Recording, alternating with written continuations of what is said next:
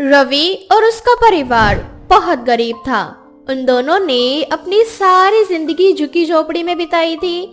ज्यादा गरीब होने की वजह से रवि की माँ रवि को भी ज्यादा पढ़ा लिखा नहीं पाती और अपनी दोनों बेटियों को तो वह पढ़ाई से दूर ही रखती है, जिस वजह से उसकी दोनों बेटियां एक गंवार लड़की की तरह बनकर रह जाती है। तो वहीं रवि अपनी गरीबी खत्म करने के लिए शहर नौकरी करने के लिए चला जाता है। शहर में तो आ गया हूँ, बस किसी बड़ी सी कंपनी में नौकरी लग जाए ताकि मैं भी अपनी गंवार बहनों को कुछ ढंग का सिखा सकूं और माँ को अच्छी जगह ले जा सकूं। 2 बहन की जिम्मेदारी है, उनकी शादी भी करनी है। कितने सारे अरमान लेकर शहर आया हूँ, अगर नौकरी नहीं लगी तो यहीं अपनी जान दे दूंगा। रवि की ये बात सपना नाम की एक लड़की सुन लेती है और उसे गलतफहमी हो जाती है कि रवि मरने जा रहा है। अब क्या था, सपना उसकी जान बचाने के लिए उसके पास जाती है और उसे समझाने लगती है।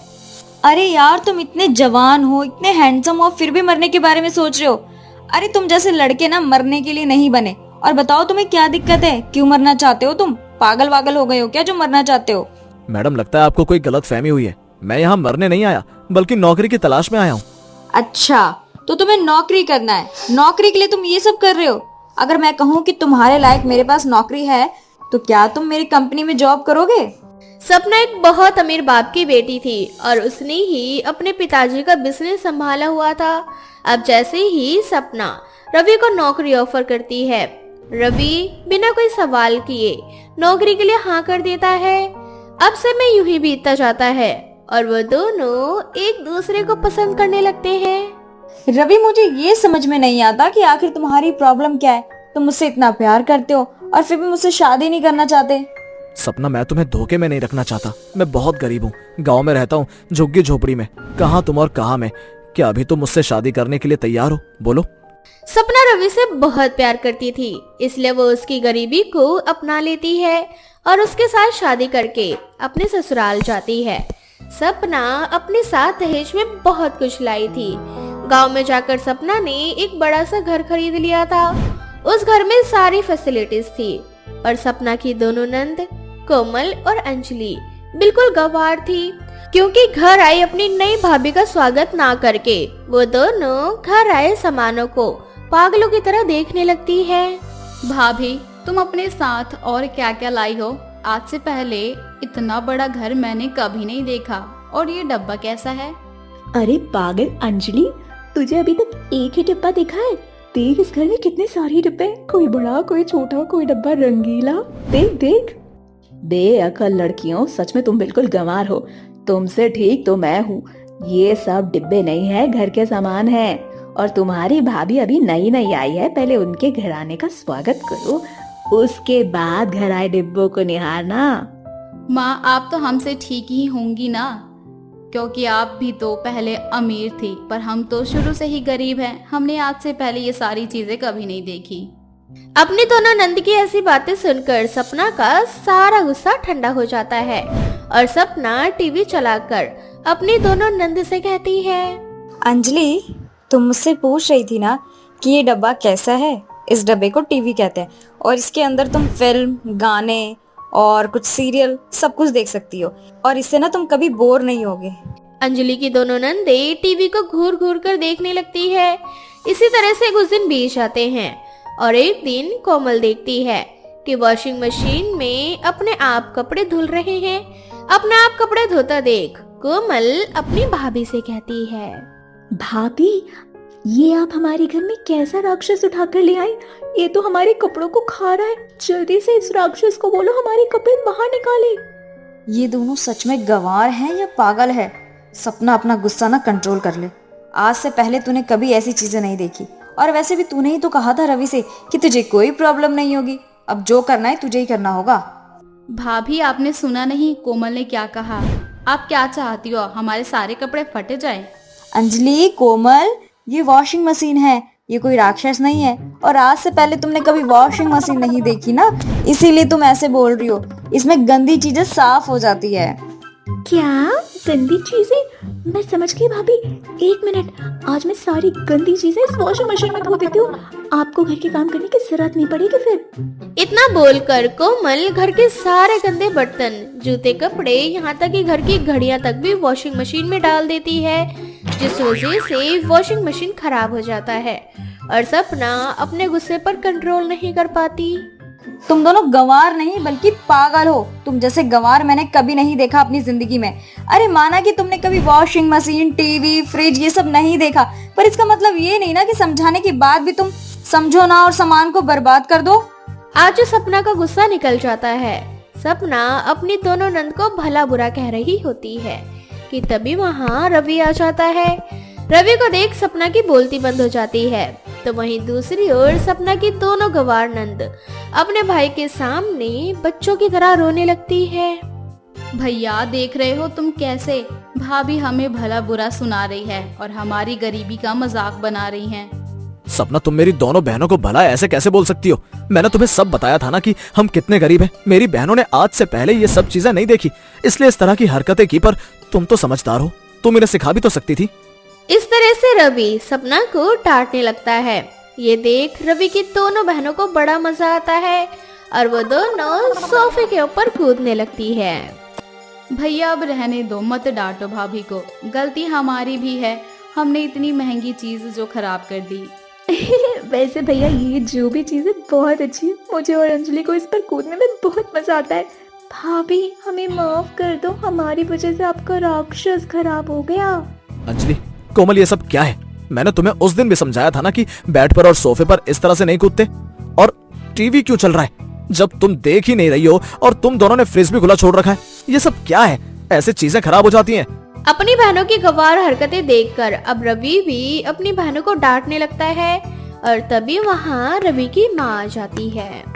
बेटा रवि, जब तुझे अपनी बहनों को इस गंवार हरकतों को देखकर गुस्सा आ रहा है तो सोच बहू को कितना गुस्सा आता होगा। जब तुझे इतना गुस्सा आया तो बहू के गुस्सा करने पर तूने उसे इतना क्यों भला बुरा कहा? अरे आखिर ये कहाँ का इंसाफ है बेटा? माँ, मैं सपना को भला बुरा नहीं बोल रहा था। मैं तो बस यही कह रहा था कि वो मेरी बहनों को गंवार कहने से पहले उनकी हालत को समझे और उसे यहाँ अपनी तरह रहन सहन तौर तरीके सिखाए।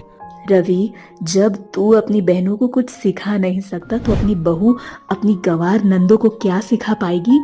और एक दिन अपनी बहन को झेलने पर तूने उन्हें डांटना शुरू कर दिया। सोच, बहू तो अभी नई नई है और ये जब से आई है तब से वो अपनी गंवार नंदों को झेल रही है। बहू की गंवार नंदे सारा सामान तहस नहस कर देती हैं, वॉशरूम गंदा कर देती हैं, तकिया फाड़ कर उनके साथ खेलने लगती हैं।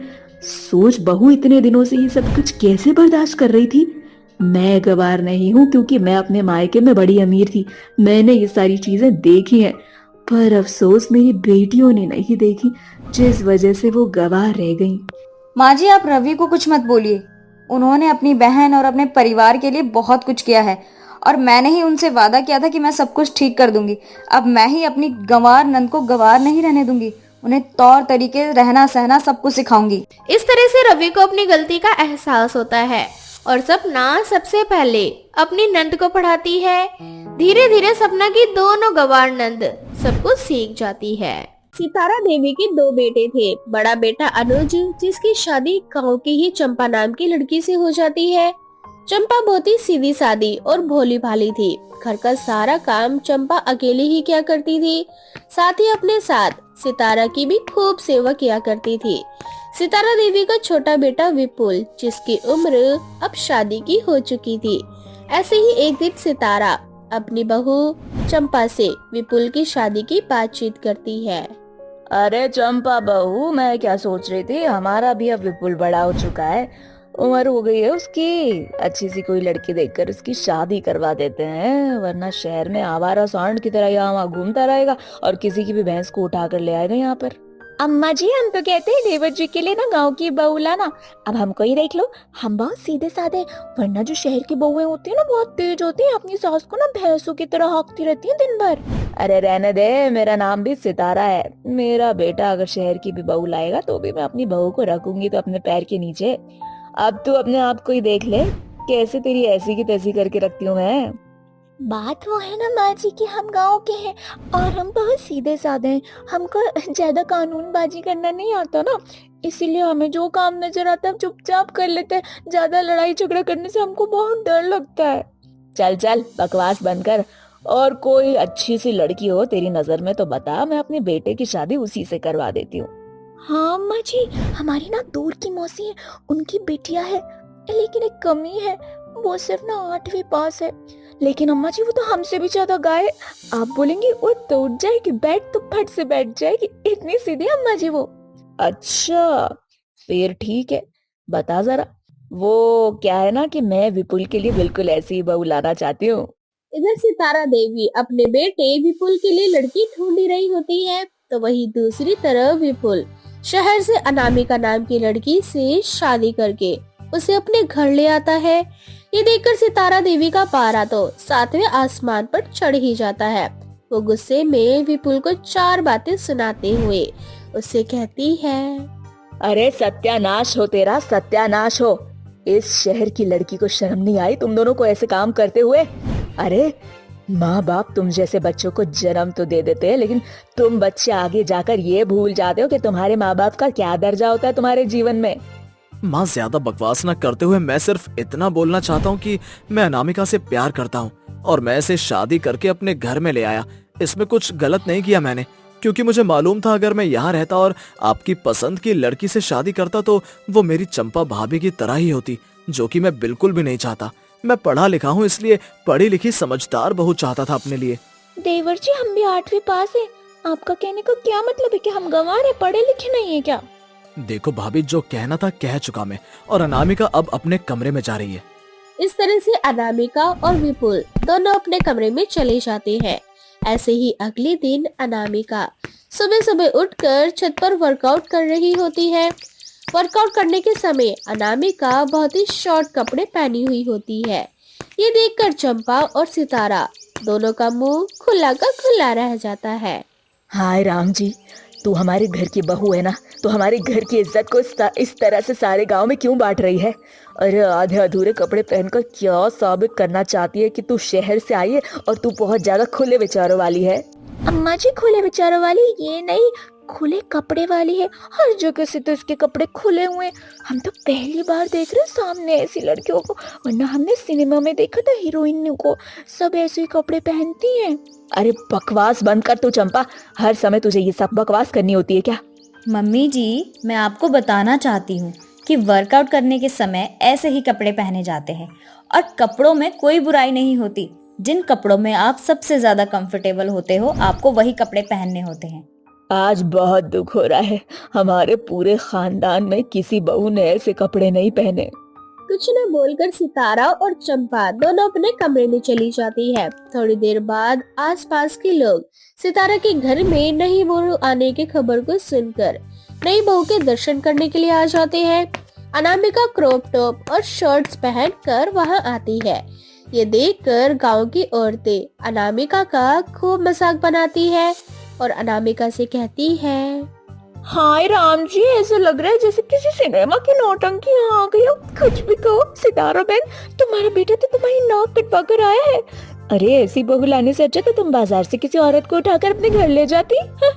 उस औरत के मुंह से ऐसे शब्द सुनकर सितारा को बहुत गुस्सा आता है। थोड़ी ही देर बाद चंपा भी अनामिका के शॉर्ट्स वाले कपड़े पहनकर उन सभी के सामने आती है। ये देखकर वो दोनों औरतें और ज्यादा हंसने लगती है और सितारा का मजाक बनाते हुए उसे कहती है, हाय राम जी, देखो देखो, कहते हैं खरबूजा खरबूजे को देखकर रंग बदलता है। अभी गांव की देहात भी शहर वाली बहू की तरह हो गई है। सितारा देवी की बहू है ये, अब तो रंगमंच जमाने के लिए एकदम सही लग रही है। इतना बोलकर वो दोनों औरतें वहाँ से चली जाती है। इसके बाद सितारा देवी की आंखें शर्म से नीचे हो जाती है। ये देखकर अनामिका और चंपा दोनों को बहुत बुरा लगता है और वो दोनों अपनी सास से कहती है, माँ जी मुझे ना माफ कर दीजिए। देखिए मैं शहर में रहती थी, वहाँ ऐसे ही कपड़े पहनते थे सब, और मुझे भी आदत हो चुकी थी। मुझे नहीं पता था कि यहाँ का माहौल कैसा है, और खुद को इस माहौल में ढालने के लिए मुझे थोड़ा सा समय चाहिए। और मैं वादा करती हूँ कि मैं आपको आगे से ऐसा कोई मौका नहीं दूंगी जिससे आपकी नजरें शर्म से झुकें। अरे तू तो शहर की थी, तूने हमेशा से यही कपड़े पहने थे, लेकिन जिस बहू को मैं बहुत ज्यादा पसंद करती थी, आज उसकी वजह से मेरी नजरें और ज्यादा झुक चुकी हैं। अम्मा जी हमें माफ कर दो, हम भी अनामिका की तरह थोड़ा सुंदर दिखना चाहते थे। हमें भी लगा कि छोटे कपड़े पहनने से ना इंसान बहुत सुंदर दिखाई देता है, फिर सब उसी के ऊपर ध्यान देने लगते हैं। इसीलिए हम भी अनामिका की तरह कपड़े पहन के बाहर आ गए, लेकिन हम ये भूल गए थे कि हर चीज की एक मर्यादा है, और जो हमने आज पार कर दी और हमारी वजह से आपकी नजरें नीचे हो गई। देखो तुम दोनों मेरे घर की इज्जत हो, इज्जत। और मैं तुम दोनों से एक बात कहना चाहती हूँ, कोई भी ऐसा काम मत करो जिससे कोई बाहर वाला आप और आपके परिवार वालों का मजाक बनाए, बल्कि काम ऐसा करो कि लोग तारीफें करते ना थके। हाँ माँ जी माफ कर दो, आगे से इस बात का हमेशा याद रखूंगी। माँ जी, मैं सच में आपसे वादा करती हूँ कि आगे से आपको कोई शिकायत का मौका नहीं दूंगी। अनामिका और चंपा को अपनी गलती का एहसास हो जाता है, जिसके बाद से वो दोनों समझ जाती है कि सारी चीजें सिचुएशन के ऊपर डिपेंड करती है। घर में अनामिका और चंपा, हम दोनों को जिन कपड़ों में जैसे भी कंफर्टेबल फील होता था वो वैसे कपड़े पहनती थी, और जब कोई बाहर से आता था तब ऐसे कपड़े पहनकर बाहर आती थी, जिससे सितारा देवी को कभी ये महसूस ना हो कि उसकी बहू छोटे कपड़े पहनती है।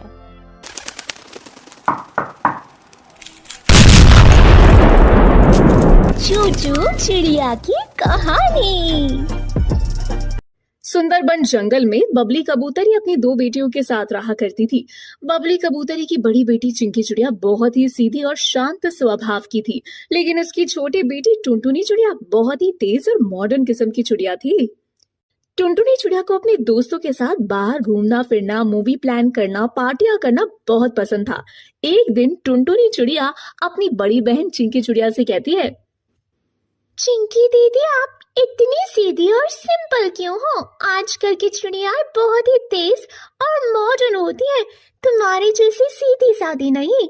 अब मुझे ही देख लो, मैं कितनी ब्यूटीफुल और मॉडर्न लगती हूँ। आपको देखकर तो ऐसा लगता ही नहीं कि आप मेरी बहन है।